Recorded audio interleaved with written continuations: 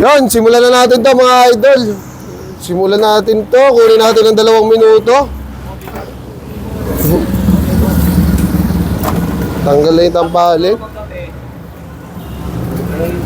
Sana makuha natin ng ganun kabilis, ano? Kaya may gagawin din tayong technique dito na ipapakita ko sa inyo. Para sa lahat ng mga baguhan, makuha nyo yung technique na ginagawa natin. Medyo mapurol na yung knife natin. Purol yung knife.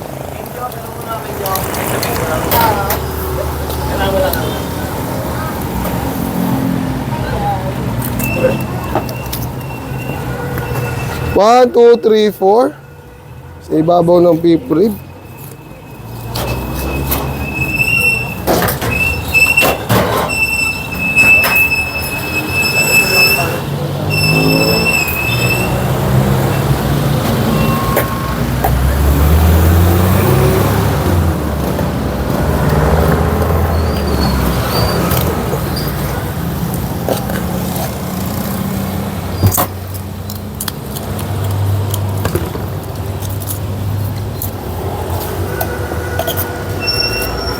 Tapos na tayo sa primal cuts mga idol.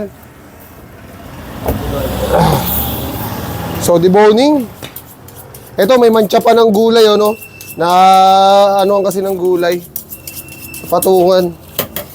So hanapin niyo lang lagi dito yung joint. 2 joint para mapya. Medyo mapurol na yung knife natin. Kailangan na ng hasa ulit. So pag nakuha niyo na yan sa may pinakang joint, dahil walang buntot yan, dito, ikot nyo lang dito.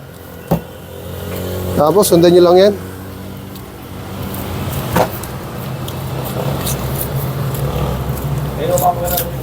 Yan, di ba pag may buntot, dito tayo nag-i-start. Pag walang buntot, pwede kayo mag-start doon sa dulo.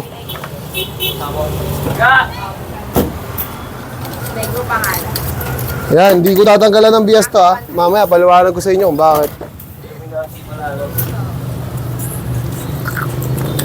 Pork ribs na napakalaman.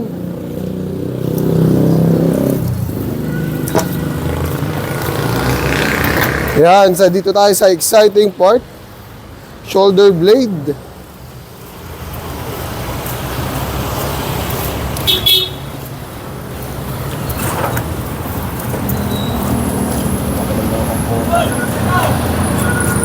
Kunin natin ng perfecto yung shoulder blade. Yan.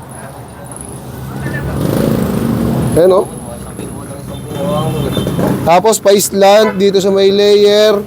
Iwain nyo lang yung buto ng shoulder blade. Yung gilid ng buto ng shoulder blade. Pag nahihiwa nyo yan, madali nyo na matatanggal yan.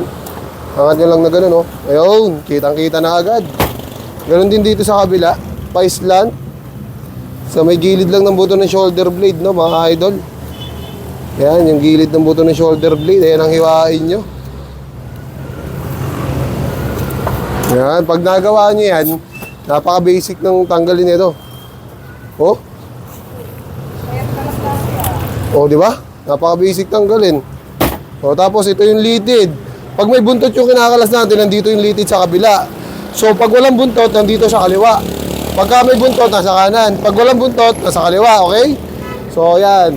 Tanggalin nyo lang yan, dikit nyo lang yung knife nyo dyan. Tapos, pagka nadikit nyo yung knife nyo dyan, tanggalin nyo yung mga laman. And then, ikot nyo lang. Tapos, tanggalin natin yung ulit yung laman dito sa ilalim. Yung pigi, hindi ko tinanggalan ng BS, no? Para makita nyo mabuti mamaya. So, ganito lang magtanggal ng shoulder blade. Kaya ganyan lang ka-basic. Oh, sarap. So, pata front. Ito, tinuturo ko to guys, itong pata front na to, para makita nyo yung mga layer, no? Kasi yung mga layer nito, importante yan guys. Lalo kapag ka-frozen yung baboy nyo, may hirapan kayo yan. Pero kung kukunin nyo sa layer yan, madali lang yan. Kasi pag bumuka yan ng ganyan, BS na yan. Tapos, pag ganun yung pata front, pag ganun. Kahapon, pag ganyan, di ba? Ngayon, pag ganun. So, yung knife natin, palabas yung talim. Tapos, didikit nyo lang yung knife nyo sa buto. And then, palabas. Okay? Ganun din dito sa kabila, palabas. Nakadikit lang yung knife nyo sa buto. Okay? So, tapos na yan. Pagka nagawa nyo na yan, guys, paikutan nyo na ng hiwa dito sa ilalim para matanggal na yung mga laman na nakadikit sa ilalim ng bias. Kahit medyo lumalaban na yung knife natin, kayang-kaya nyo pa rin yan. Basta makasundan nyo lang yung tinuturo natin, no? Kasi ito yung ilalim na siko, hiwaan nyo lang yan dyan.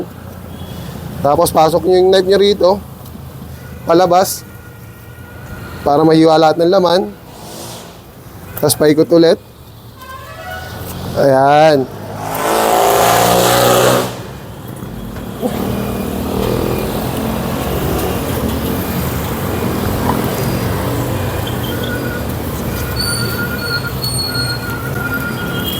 Ayun, tapos na tayo magkalas ng primal cuts and deboning, and peace out.